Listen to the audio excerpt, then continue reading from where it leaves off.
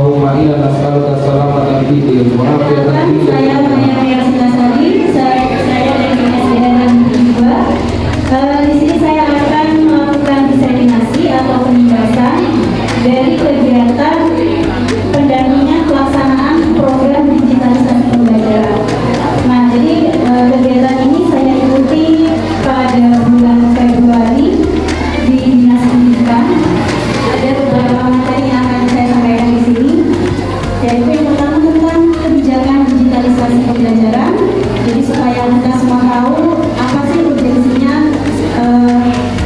perlu diadakannya pembelajaran berbasis digital. Kemudian penggunaan papan interaktif digital.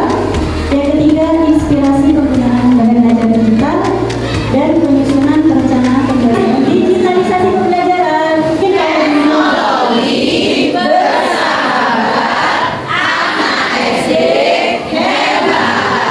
hasil PISA, yaitu hasil studi tentang penilaian hasil belajar secara internasional, itu menunjukkan bahwa nilai literasi dan numerasi di Indonesia itu cenderung rendah dari negara lain, bahkan menurun nilainya.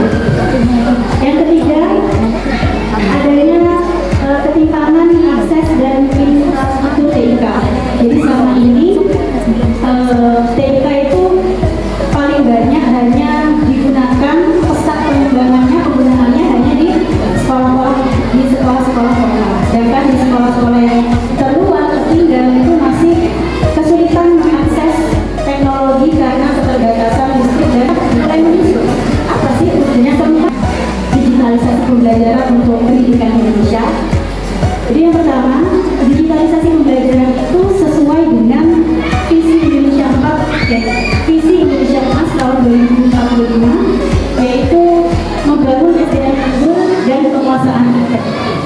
Kemudian digitalisasi pembelajaran itu sesuai dengan peta jalan pendidikan yang dirancang untuk tahun 2020 hingga 2035, di mana pembelajaran itu harus menggunakan inovasi-inovasi berbasis digital, kemudian asesmen atau penilaian pada peserta didik yang komprehensif, dan ekosistem belajar yang inklusif. Dari situlah maka diambil kebijakan nasional untuk digitalisasi pembelajaran, yaitu dengan mengeluarkan instruksi Presiden nomor 7 tahun 2025. Kemudian pemerintah juga menyusun regulasi dan standar operasional pelaksanaan digitalisasi di tingkat nasional hingga daerah. Jadi Bapak Ibu, ada beberapa elemen pendukung yang bisa menciptakan ekosistem pembelajaran digital. Yang pertama yang harus diperhatikan adalah smart content and presentation. Jadi di sini guru menyediakan media pembelajaran berbasis digital, bisa video, bisa juga kuis interaktif, kemudian bisa juga simulasi atau praktek-praktek pembelajaran yang dilakukan melalui PID. Dan kedua elemen pendukungnya adalah smart interaction environment, yaitu adanya kolaborasi dua arah antara siswa dengan guru dan siswa dengan siswa. Kemudian juga interaksi antara siswa dengan teknologi tersebut. Jadi maksudnya siswa tidak hanya menonton, tidak hanya menyaksikan media pembelajaran, tapi juga bisa berinteraksi dengan media pembelajaran tersebut seperti mengklik atau menggeser dan sebagainya. Yang ketiga, smart evaluation. Jadi untuk mendukung ekosistem pembelajaran digital, kita sebaiknya menyusun asesmen pembelajaran yang berbasis digital. Jadi dengan demikian kita bisa langsung memberikan umpan balik kepada peserta didik kita. Nah, ini bisa kita gunakan misalnya pakai Google Form atau kuis dan sebagainya. Kemudian yang keempat, smart physical surrounding, yaitu tata ruang kelas yang fleksibel, nyaman dan mendukung. Apa sih manfaatnya PID dengan pembelajaran mendalam? Jadi PID ini sebagai salah satu sarana untuk memudahkan pembelajaran mendalam, yaitu yang pertama mendukung prinsip pembelajaran mendalam yang berkesadaran, di mana pada proses belajar itu siswa agar lebih antara dia bisa belajar sepenuhnya memahami materi pelajaran, kemudian mewujudkan prinsip pembelajaran yang bermakna. Ketika mempelajari materi itu, siswa bisa lebih memahami karena dia mengalami langsung kontekstual dengan lingkungan. Kemudian yang ketiga, PID bisa mewujudkan pembelajaran yang menggembirakan. Jadi dengan adanya game, tulis, dan sebagainya itu bisa membangkitkan rasa menggembirakan pada siswa.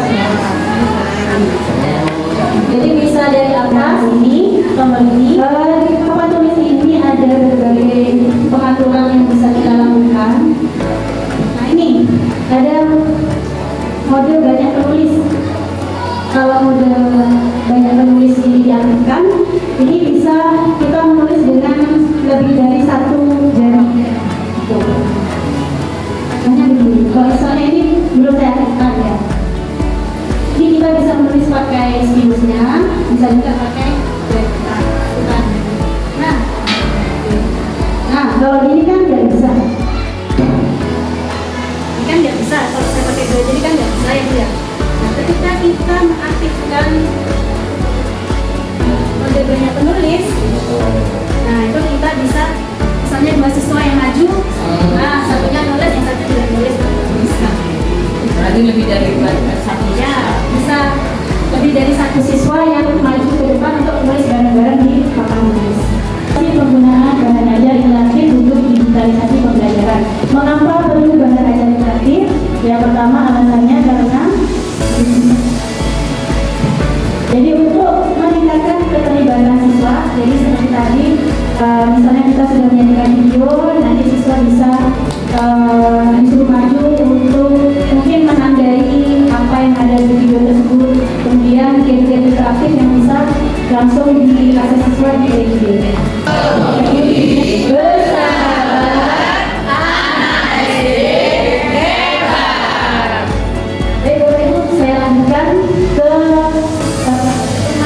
Ruang murid yang tadi sempat disiplin sama Freddy. Freddy sudah sering menggunakan ini ya. Pernah nggak ya? Nah ini, jadi Bapak Ibu mungkin bisa dicoba juga untuk download aplikasinya di Play Store. Kalau downloadnya itu adalah rumah pendidikan, gitu. Jadi nanti di rumah pendidikan itu ada fitur-fiturnya, salah satunya ruang murid.